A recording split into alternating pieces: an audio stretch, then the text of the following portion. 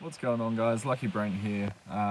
Just want to have a bit of a chat about what's the state of the Port Adelaide Football Club at the moment. A lot of hate on social media in the last 72 hours since the Brisbane game. It's poles apart from where we were this time last week. How positive we were. There was no talk of Hinkley being out, coming out of the showdown or anything like that. Obviously, Brisbane jumped us early, and I mentioned in my review to that game that I think we lost it in the sheds or in the change rooms. The attention that we gave to Lachie Neale, basically, I thought that tactic was not required. If we ignore the fact that Lachie Neale had been so good against us in recent weeks or recent years, and allowed him to play his own game, but then played our game instead of being so negative, the result could have been different. I really don't think, as I said in the previous video, we accentuated our strengths in that game. We were more concerned in nullifying Brisbane, and that was really poor form. So I just wanted to clear the air on a few things that I've seen online, a few things that I've responded to, especially on Facebook and Twitter. If you're not following at LuckyBrent18, you'll get all the notifications of when we go live. And yeah, some general commentary that I have with some of the other Port fan related sites. So inconsistency is something that's been brought up and well documented as well in the media.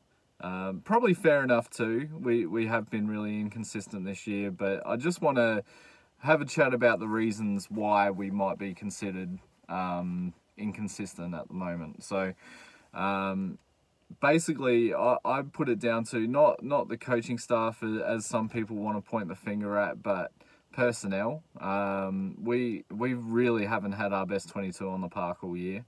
And I know a lot of teams haven't. You look at Richmond losing Rance in round one, and Rewalt's been out for the greater portion of the season as well, and Richmond seemed to be flying. But we weren't really at Richmond's level at the start of the year. Going into the season, Richmond were premiership, like one of the premiership favourites, and we were a long way off of that. So I think the comparison of that is quite not stupid in a way, but it's unrealistic.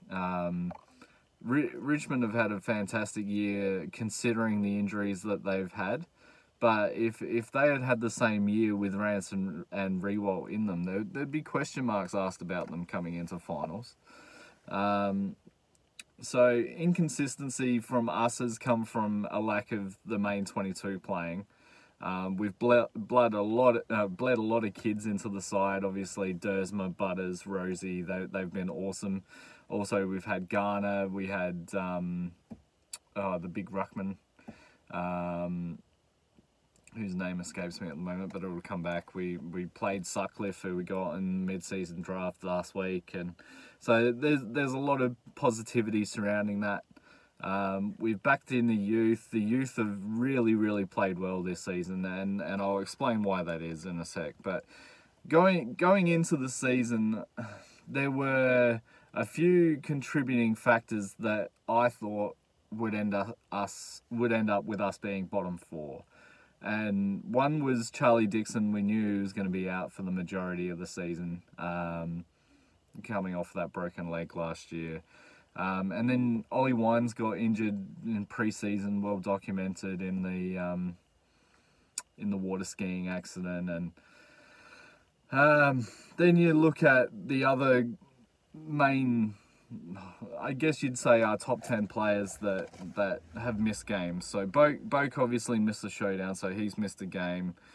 Dixon, 12 games. Ebert missed 5 games, 4 of them with concussion. No, 5 of them with concussion. And whether you consider him playing on the weekend is up for speculation as well, because he did his knee early in that game and did well to get back on the ground. Robbie Gray missed 3 weeks with a dodgy knee, and that was around the previous showdown. Hamish Hartlett, 11 weeks missed. Rocky missed 4 weeks with the hamstrings, low grade. Ollie Wines obviously missed 7 weeks.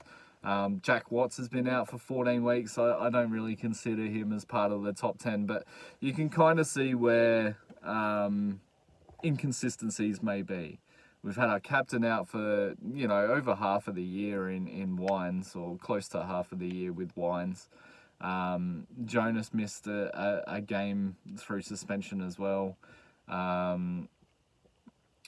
Then you look at the sort of fringe players that have missed, so Watts probably falls into that. Watts has been missing for 14 games. He only played 1.5. Burton missed 2, will miss the next 4, which is really, really painful. I rate that dude so highly. Amon, who I have not rated as anything much at all, he's missed 6 games this year, and I think it's the best game he's had at the best season he's had at Port Adelaide. He's been fantastic on the outside, and his possession is good. If you take out the Brisbane game, obviously, as I spoke about in the previous video, I think his possession's probably been the best at our club besides maybe Houston. And you know, these things all add up as factors as to why we've been so inconsistent. Now, those players haven't all been out for the same games. I think Rockcliffe Wines, Hartlett, Robbie, Ebert, and there was another one. I think it was Amon was missing from the first showdown, which, looking back at it, we should have won that as well. And after what we did to him a couple of weeks ago with the personnel in, I think we robbed that first showdown as well. Poor performance is another thing I wanted to discuss. There is a kind of bipolar Port Adelaide. From the last half, I was lucky enough to be at the showdown, the last one, and the last half of footy in that game compared to the last half of footy the first half of footy in the Brisbane game was schizophrenic almost, the way the boys wanted to play. In the second half against Brisbane, I saw that we were trying to get that running game back and trying to run through midfield, but Brisbane had all options covered. For the Hinkley out people, I hate to kind of disappoint you, but I don't think this is his year to go out. I've got my reasons with that. I think we've actually performed really well this year. It was gearing up to be a really scary year in my eyes. You know, as I said, a few things go wrong, and looking at the start of the year, I didn't put us in the top 8. I didn't put us in the top 10. I thought we were in for a down year where we'd be blooding kids, and it's just been amazing that those kids have turned out to be as good as they are. So yeah, I can't see Hinkley going until Port Adelaide are content with the idea of Jared Schofield coaching. His record in the waffle speaks for itself. It's very hard to win premierships at any level, and to do what he did with Subiaco was really impressive. And I think he's the next coach of Port Adelaide, but I don't think it'll be this year. I don't think it'll be next year. Maybe the year after if we don't make finals next year. So the reason I think that is because I don't necessarily, and it's a bit of a backflip, like going into the season, I looked at the first 8 rounds and I thought we'd be 2-8. So you'll have to cast your mind back and bear with us a little bit, but having Melbourne first up, Melbourne obviously prelim final the year before, looked again like one of those premiership favourites. There was probably 6 or 7 that were right up there in the premiership stakes, and Melbourne was one of those. And maybe we got lucky, maybe we didn't, but to catch Melbourne when we did, because they were severely underdone out of pre-season. But that win in itself, I didn't see us winning that. Then we have Carlton at home. I marked us down for a win for that. Brisbane away, I always thought that Brisbane were a shot for the finals this year. The way they finished off last year was very impressive, and to see them sort of kick on and not just scrape into the top 8 like I probably thought they would have. They've really pushed on to try and nail down a top 4 position, and that's a credit to everyone up there. They've been fantastic. So I didn't think we'd win that. Richmond at home, again, before the season, before Rance, before Rewalt got injured, all that type of stuff. I couldn't see us winning that game. The Eagles away, I didn't see us winning that game. North at home was the other win I had in the first 8 rounds. So I had us beating Carlton and North Melbourne at home. Then we had Collingwood away. I marked that down for a loss. And then the Crows home showdown, I marked that down for a loss as well. Going into the year, so you know that's 2 and 6, sorry, from the first 8 rounds. And then you look at it going forward. We have the Suns at home. We expect to win that. The Hawks away, 50-50. In reality, should have won that. Saints away in China. You'd mark us down for a win for that. Freo away, 50-50. Cats at home, I would have put us down for a loss. The Dogs at home, I would have put us down for a win. And that sort of speaks levels as to, you know, the bipolar nature of our club. In that we won the game that we probably shouldn't have, and then lost the one we should have definitely won.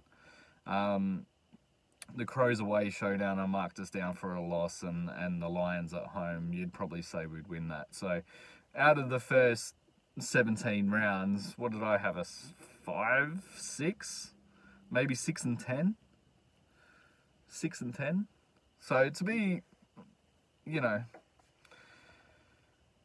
and that's a maybe 6. Like I still come from the line that we've been really fortunate with the kids we've had come through. They've played some really decent footy.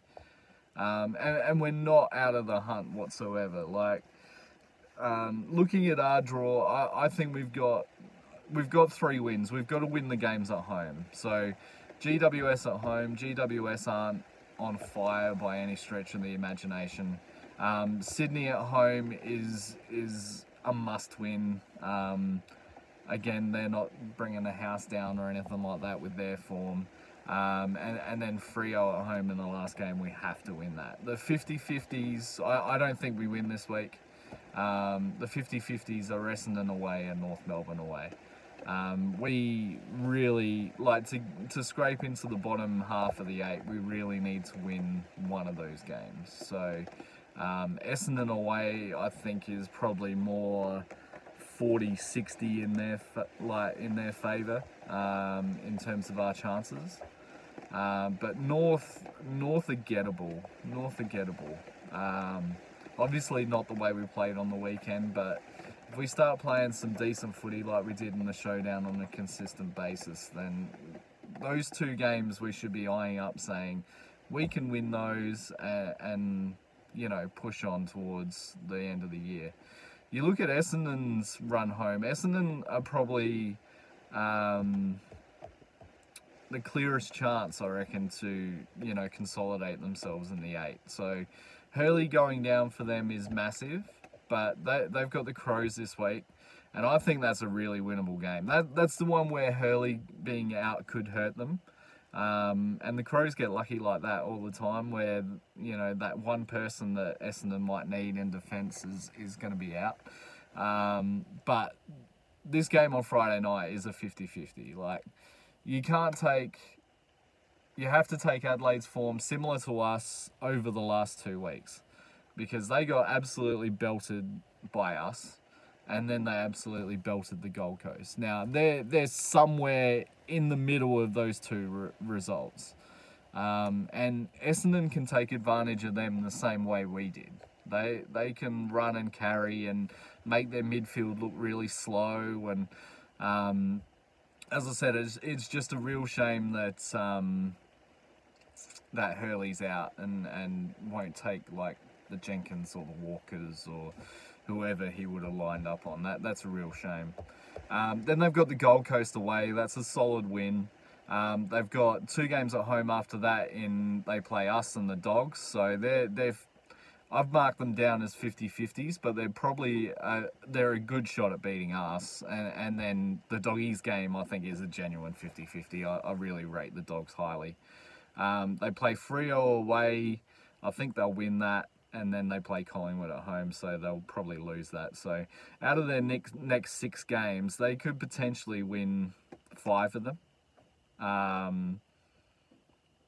Probably more likely 4.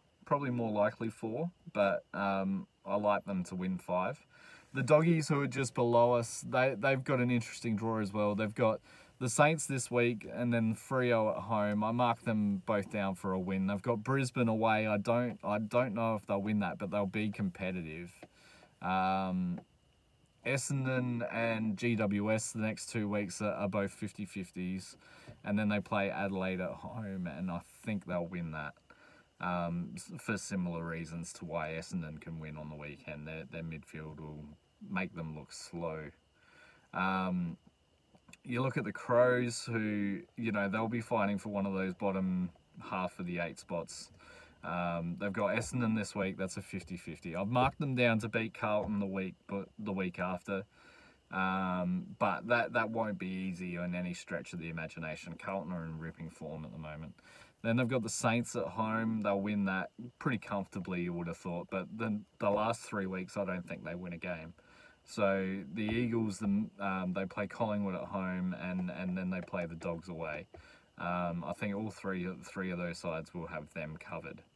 Then you look at North Melbourne. North Melbourne will be lucky if they get 3 wins in the next 6. So they've got Brisbane away, West Coast away in the next 2. I think they lose both of them. They've got Hawthorn at home, which I've marked as a 50-50, but they're probably a red-hot shot at that. That's a really tough one to call, actually. Like, it depends on Hawthorn's form going into that game. Yeah, I'd definitely see that as a 50-50. Then they've got Geelong. I think that's down at the Cattery. They won't win that. They've got us at home, and I've put that down as a genuine 50-50 as well, depending on which side of us comes out. And then they've got Melbourne, which I think they win. So I think they're pretty well out of the race, North Melbourne. Essendon, I think, are genuine 7th, maybe 6th if GWS, don't continue on their poor form. I like us for 8th. It'll be out of us and the Dogs for 8th, and I think both. It'll either be the Dogs and the Crows that miss, or us and the Dogs. So I did us and the Crows, sorry. So I did do like a sort of ladder prediction, and it had us finishing 8th, and just marginally over the Crows by percentage, and the Crows and the Dogs on percentage. So it's going to be a real tight run home, and I think I'm not going to be overly devastated if it's 9th or 10th this year. As I said, it could be much worse, guys. It could be much worse. Obviously, we've still got the last 6 rounds to go, and there's a lot that can happen in footy. Obviously, we lost Burton for 4 weeks, and Ebert's going to be out for the season now. So that's a real bugger. Ebert's probably been, when he's been playing, he's been our most effective forward, and when we've been playing good footy, he's been the main target. Well, not the main target, the main sort of decoy target. Yeah. The one thing I really want to see us improve on in the next couple of weeks is forward 50 entries. we the game against the Crows, we lowered the eyes and hit up targets and put the ball in good areas for our forwards to mark in. And the 2 games against the Dogs and the Lions, whether that was pressure or not, I'm not too sure, but I think it was more us not adapting to the conditions very well. There was a lot of bombing and putting the ball on Charlie's head, and there was no real chance of any forward 50 marks, where I would have liked us to, even if we turned it over and got smacked by 80, 90 points, but I would have really liked us to see us lower the eyes, hit up someone on the 40 at 45, 50, and you know, a bit like the when Rockcliffe handed off to Bonner for our first goal on the weekend. You know, that type of forward 50 entry, than really trying to bomb in long to Charlie and Harris Andrews, and then I'd really like to see our small forwards, if they are going to play that bombing game, I'd really like to see our small forwards put more forward pressure on. Sammy Gray was a lone fighter in that, and it comes back a lot to where we see Robbie Gray play. I don't like Robbie Gray in a forward pocket. Yes, he can bob up and have his 5-goal match or whatever, but his forward 50 pressure is not as high as some of the other guys. For instance, like when we're playing Robbie Gray forward, it means we've got 3 balls in ruck, like I spoke about in the previous video. So, and I really don't think that works. I think we need to be playing Robbie Gray in the middle and having someone that's almost a lockdown on a halfback flanker or something, playing on the half forward flank and creating lots of pressure and havoc. And yeah, that's kind of where Brisbane got us, was we were bombing into Charlie, which again I say is ineffective and not the optimum. But then we just didn't have anyone at the feet, and Brisbane were just running out whenever they liked, you know. So yeah, that's my thoughts. Don't get me wrong, I'm as disappointed as anyone to be in the position we were at 4-4, to come in now at 7-9. I thought that first 8 rounds was about as hard as it got, and to be 4-4 and then knock teams off like Geelong, like Adelaide, and then lose to marginals like Hawthorn, Freo, and the Dogs is an iffy one, because I actually rate the Dogs quite highly, but to lose that at home is probably not on either, and so it is frustrating. I get it, but we've got to bear with them a little bit. They were never, like, the amount of kids we've bled this year and the amount of injuries we've had, we were never going to be consistent. So stick with them, guys. I really I've been a fan of what they've been able to put together this year. At times, you know, the high pressure football, even in games that we've lost, like the Brisbane away game at the start of the year that we lost, I thought we were very good value in that and probably should have won. What was the other loss we had? Yeah, I suppose the other losses we've just been pretty poor in, haven't we? But you know, we've had some really stunning performances this year. Like the West Coast away game, you'd really love to have seen them bring that out more often as the season progressed. But yeah, they're exciting, the kids. I love them to death. They have to bring Dersma in this week. Obviously with Burton and that going out, Houston will be back, and yeah, I don't think it's all doom and gloom like I see on Facebook and Twitter at the moment. We've just got to stick fat a little bit. This week will be difficult for the boys. Are they capable of beating Richmond? I think if they come to play, they are. They're more than capable of beating Richmond, but form would suggest otherwise. So this week might not be the week, but get behind them the week after. We should be a red hot crack to beat GWS the next week, and We all saw what Adelaide managed to do to GWS here, so we should all be pretty up and about that game, and then the rest of the season is all on them. They've got everything to lose, everything to win, and hopefully they win. Yeah, so I just wanted to give my thoughts on that, on where I thought our season was at. Obviously, you know, it hasn't been ideal that we've just fallen behind the win-loss ledger, but all in all, I think it's been a solid effort from the boys, and yeah, let's just keep rolling on now. Don't let it be like last year where we just fell away when you know, when things got really difficult. And yeah, let's press on, get at least 3 more wins for the rest of the year, and really put some pressure on that final 8, and hopefully sneak into a September spot and give someone like Richmond a good scare at the G, or you know, that 5th versus 8th or something like that. That'd be an ideal scenario, I would have thought. So yeah, that's all I got for today. As I said before, follow me on Twitter at LuckyBrain18. I'll have a fantasy video, AFL fantasy video, out either tomorrow or Friday after the teams drop. Obviously looking to press forward there, get back inside that top 3,000 mark, and yeah. It's amazing, the first bit of sun all day. Cool. Take it easy, guys. Catch you then.